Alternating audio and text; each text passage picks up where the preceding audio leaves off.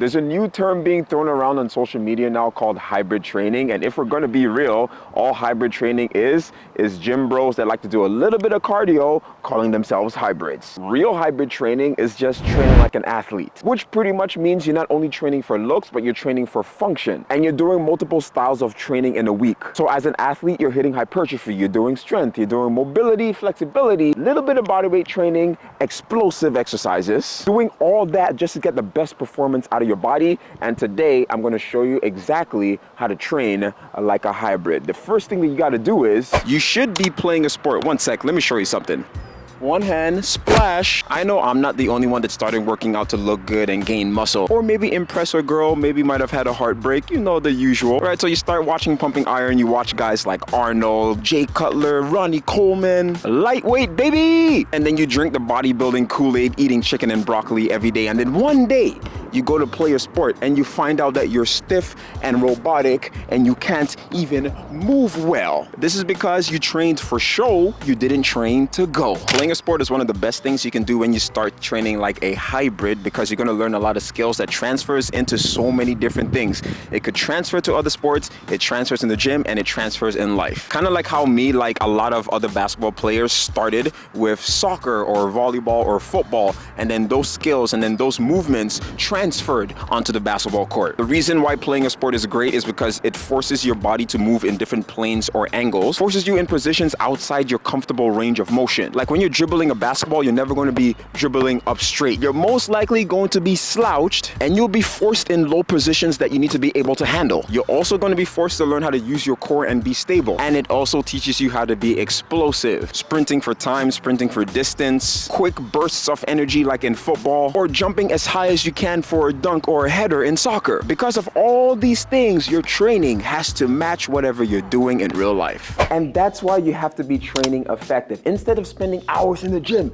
trying to pump iron and build a ton of muscle, you should be training to improve in your sport or your skill. What this looks like, you have to lift heavy and get strong, lift light to heavy weights fast to improve your power, to improve your explosiveness. You got to make sure that you're jumping. Plyometrics. You also need to master your body weight, and you can do this using calisthenic exercises. And don't forget to work on your conditioning. You need to be doing a mix of steady state and high intensity cardio. Come here for a second. Do you know the #1 mistake that most people that want to be athletes make in the gym? They train like bodybuilders, but when you ask them what their goal is, they want to play their sport better. They want to perform better. They want to jump higher. They want to run faster. Hypertrophy is only one piece of a big puzzle. There are a lot of boxes that you have to check when you want to train like an athlete. But what workout split should you be doing? You just got to make sure that whatever split that you choose, you have enough time to rest, recover, and play your sport at a high level. This is where you have to start thinking about training in phases. Let's say we split up your training into 3 different phases,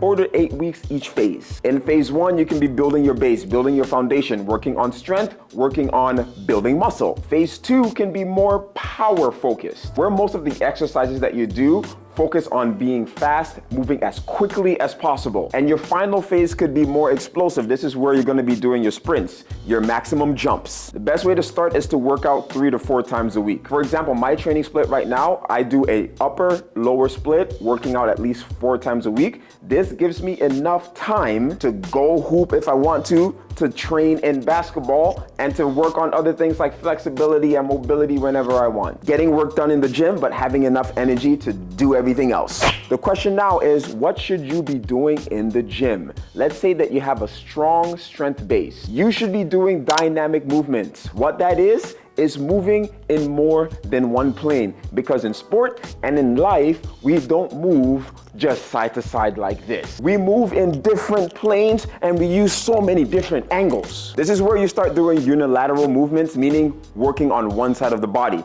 This is exercises like lunges. You can do a single arm row, a single leg deadlift, a single arm snatch. You use unilateral movement to work on imbalances, work on single arm, single leg strength, improve your coordination, and also core strength. Add explosive movements to learn how to generate power and move quickly. You add negatives to work on your control, to work on your tendon strength, and to be strong in all ranges, because it's also going to help you with force output. Try this to check how strong you are. Can you do a 5-second eccentric push-up? If that feels okay, do the same thing on your fingertips. If you pass that, try to do the same thing with one hand. And you can't forget to show the little guys love. And when I say little guys, I'm talking about your tendons and your ligaments that we all ignore 99% of the time. So that means your shoulders, elbows, wrists, knees, hips, ankles, your spine. Because we get so caught up in training and building as much muscle as possible, we forget that the muscles attached to tendons, if the muscles get too strong, the tendons gotta match that strength. Because if not, that's where all that inflammation and tendonitis comes from. Because you need to understand, when you're training like an athlete, you're putting a lot of pressure on your body, and you need to make sure that your body can handle all that tension. You need to build enough resiliency so that you can do this for a long time. Look at people like LeBron James that spends $1 million on his body just so that he can still play at a high level in the league. Like, you're 21, this is ridiculous. Am I saying you need to spend $1 million on your body? No, but you just gotta make sure that you're taking care of it properly. Do you want to know what the best drug to build muscle and perform at a high level is? What I'm doing right now, resting. You go so hard in the gym, you do multiple training sessions in a day, or you try to go every single day of the week because you gotta grind and Mamba mentality this thing. But you need to understand that your gains will come while you rest. Because no pain, no gain doesn't work while training like an athlete. Trust me, I've done it before, it's not worth it. You need to be sleeping at least 7 to 8 hours, and also make sure that you're eating properly. Eat like a grown-up. If you want to maximize your results, eat properly. Protein, veggies, fruits, fiber. Got it? Cool. Now I'm going to bed. Leave me alone.